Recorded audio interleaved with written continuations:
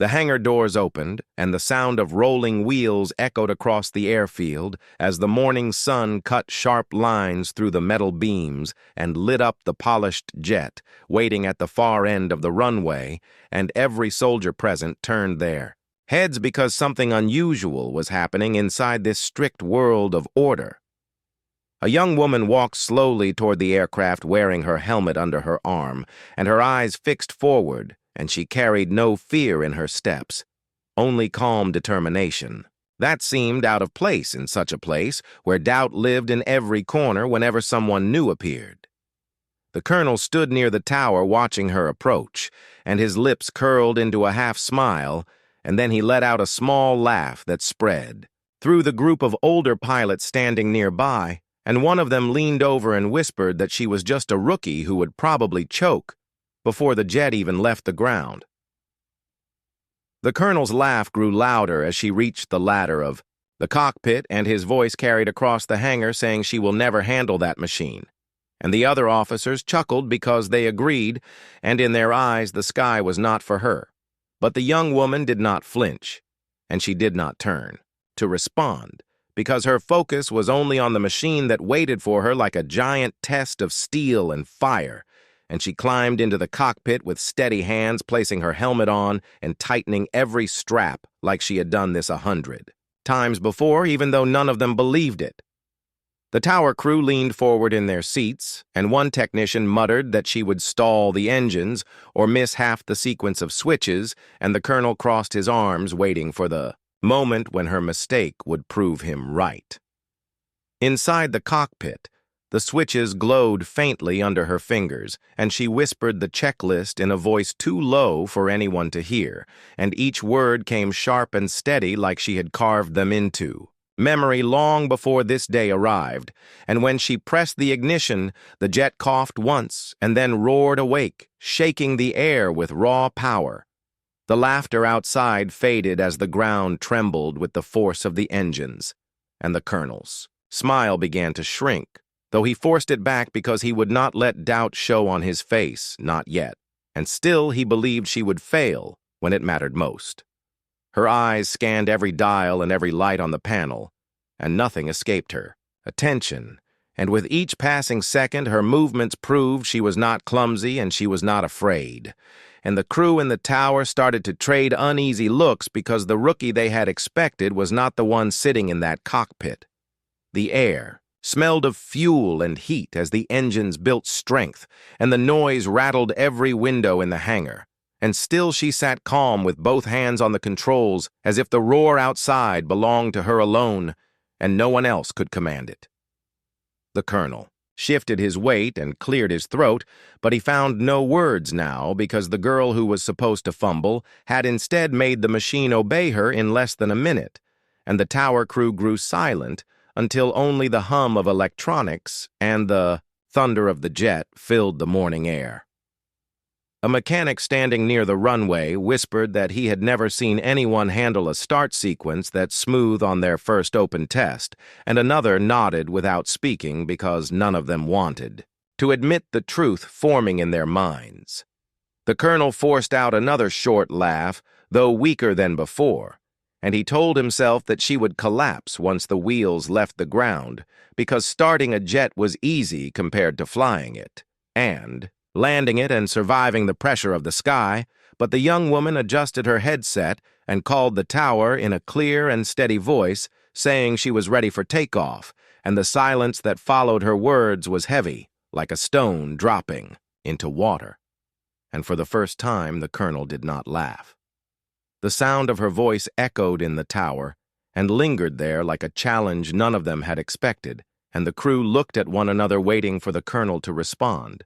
But he only stared at the jet with a hard face. Her grip tightened on the throttle, and she could feel the vibration through her gloves like a living heartbeat, and she leaned forward just slightly, as if speaking not to the crew or the colonel, but to the machine itself, telling it that today they would prove something together. Outside, the sun climbed higher, painting the jet in gold and shadow, and the officers who had mocked her only minutes ago now stood in silence, unable to explain what they were watching, because the calm figure inside that cockpit was not failing and not breaking and not slowing down. And when the tower finally cleared her for movement, she smiled just slightly unseen behind the glass, and the engines roared louder, shaking the ground. Again, until even the laughter in the colonel's throat disappeared like smoke in the wind. The engines roared across the runway, and the young woman sat steady in the cockpit.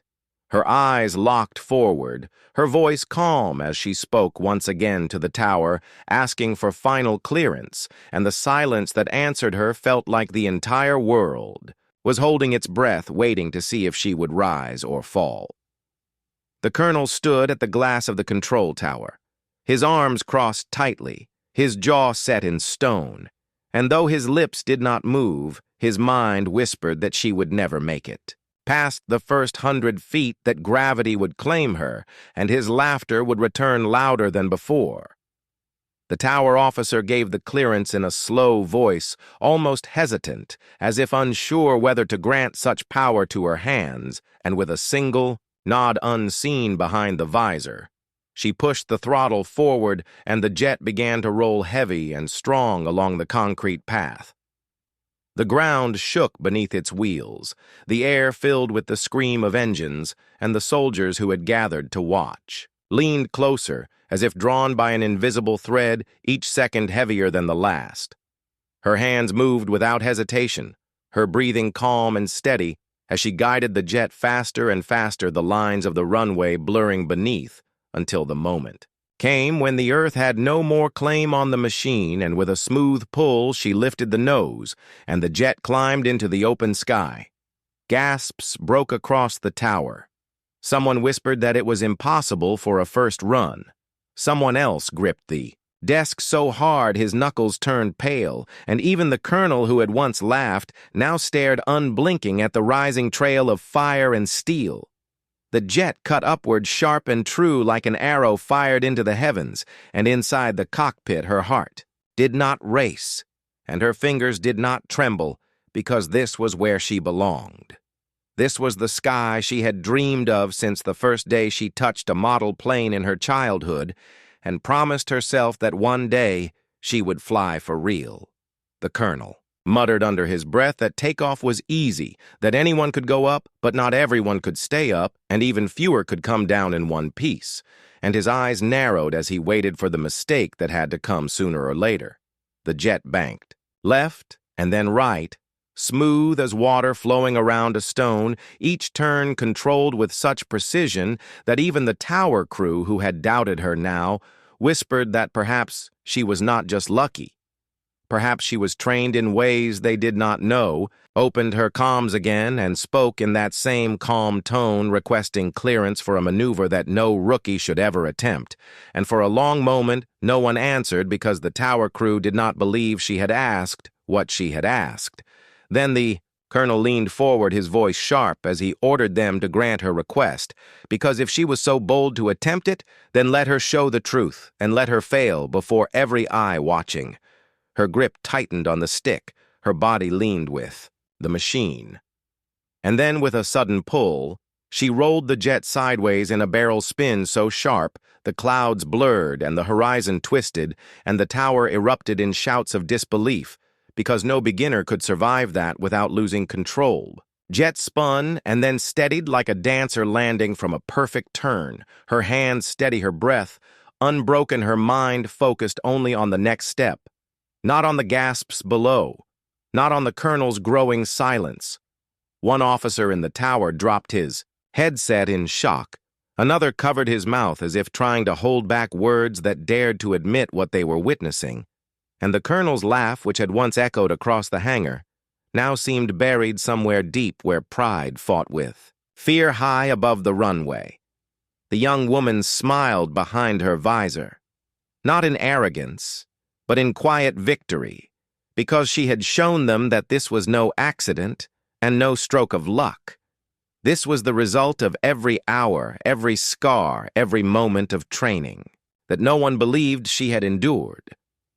The jet leveled and the sun flashed across its wings as if marking her path with light, and the tower fell into silence again because they all knew that what came next would decide everything the flight was. Not over the hardest part had yet to come.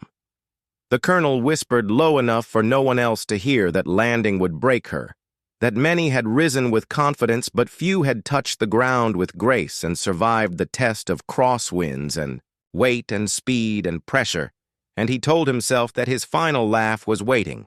But inside the cockpit she lowered her visor fully, her eyes sharp, her voice clear, as she said to herself, now, they will see now, they will understand, and with that, the jet tilted down in preparation for something none of them could believe.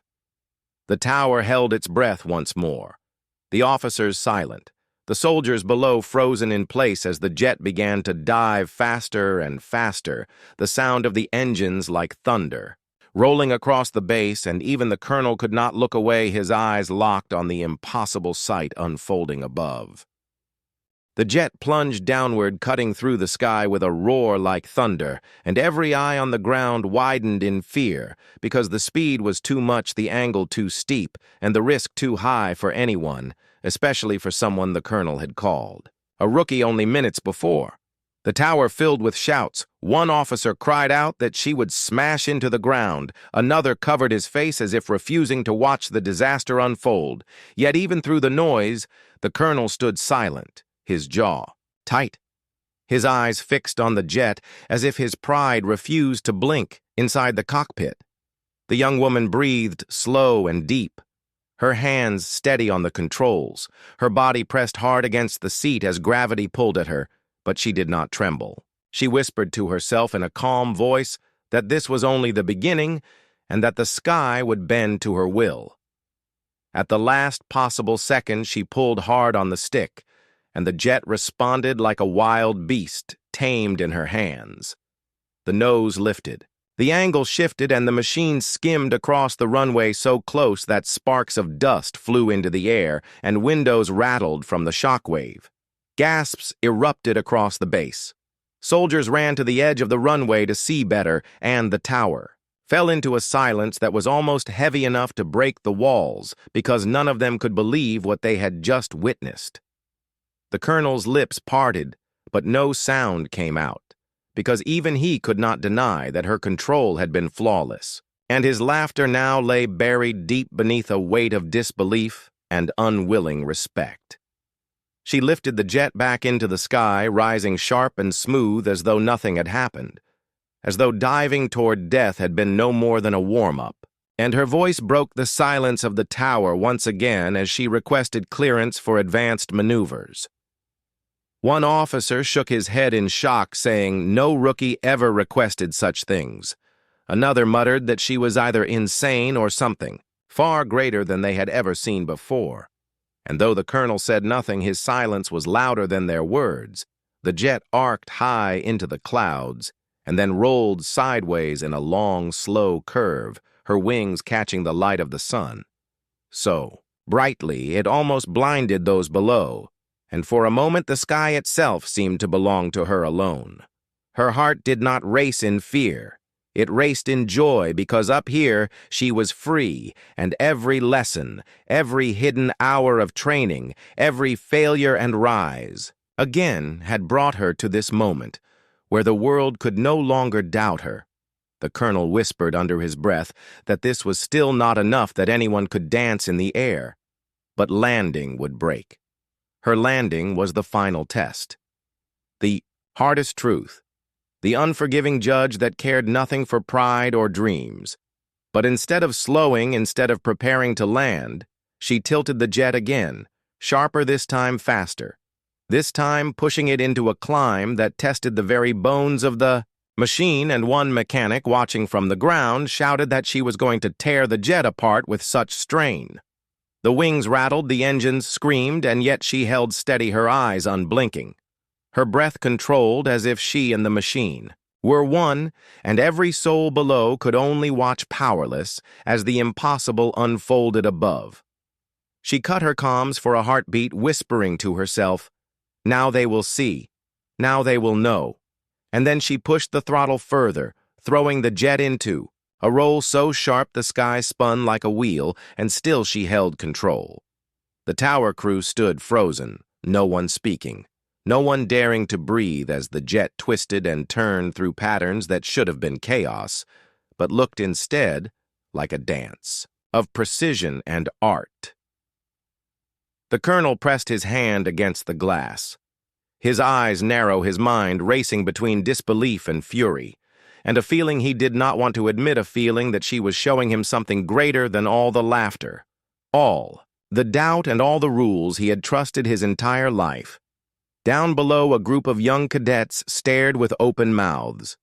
One of them whispered that they were watching history itself being written, and another nodded, unable to speak, as the jet drew, a blazing path across the sky.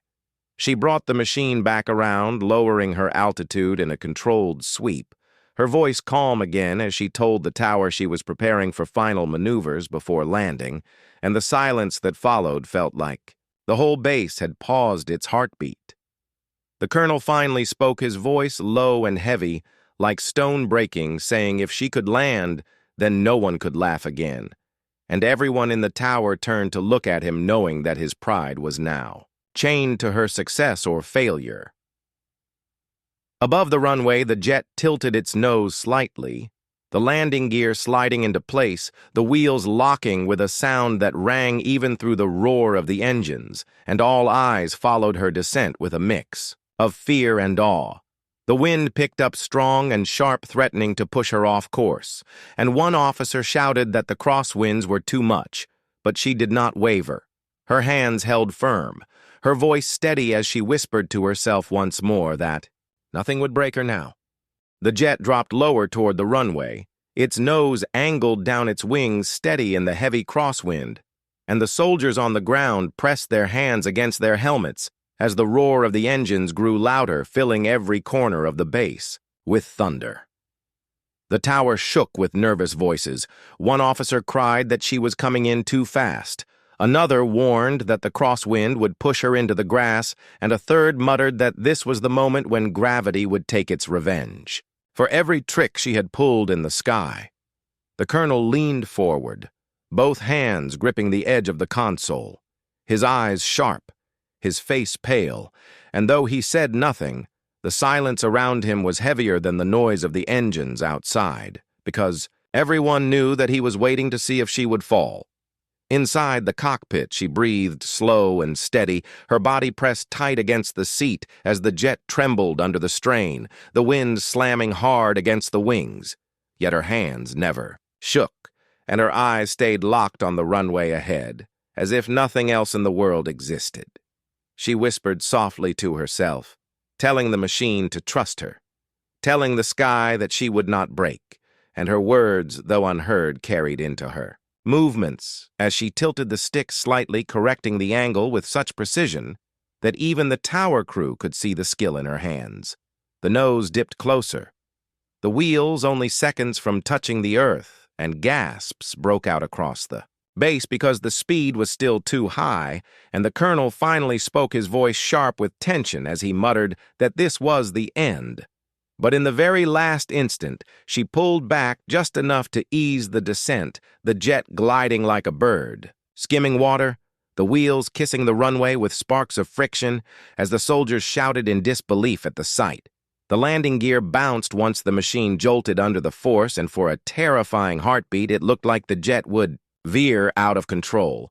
But she corrected it with the smallest touch of her hand, and the nose steadied again, straight and true down the center line. The tower fell silent again, every officer frozen, every word locked in their throats as the impossible unfolded before their eyes. The rookie who was supposed to fail had bent the crosswind to her will and kept the machine alive on the ground. The colonel's lips moved soundless, as if he was speaking only to himself, his mind refusing to accept what his eyes had seen, and still the jet thundered forward down the runway, its brakes screaming, its wings rattling against the storm. She was not done yet, because the end of the runway raced closer, and the machine was still too fast, and the soldiers on the ground shouted again, fearing that she would overshoot and crash beyond the barrier. But inside the cockpit, her face stayed calm, her eyes sharp as she worked the controls with perfect timing. The engines screamed down to a lower pitch. The brakes held the wings tilted against the wind, and slowly, inch by inch, the jet began to slow, though the wheels burned with heat and smoke trailing in thin lines across the asphalt. Her chest rose and fell in steady rhythm, and she whispered again, telling herself that this was her sky, her runway, her moment, and that no force would take it away, not the storm, not the doubt, not the colonel's laughter that had once cut at her like a blade. The runway stretched thin behind her, the end approaching, like a wall waiting to punish her. But with one last command to the brakes, the machine slowed enough to clear the barrier and rolled gently onto the taxi path. Sparks fading smoke curling in the air like shadows leaving the stage. The soldiers erupted. In shouts of disbelief, some cheering, some simply staring, as if their minds could not keep up with what they had seen, and the tower crew leaned back in their chairs, as if the weight of tension had finally released from their bodies. But the colonel did not cheer. He did not move. He only stared at the jet as it slowed to a crawl, his face unreadable, his eyes cold and silent like stone.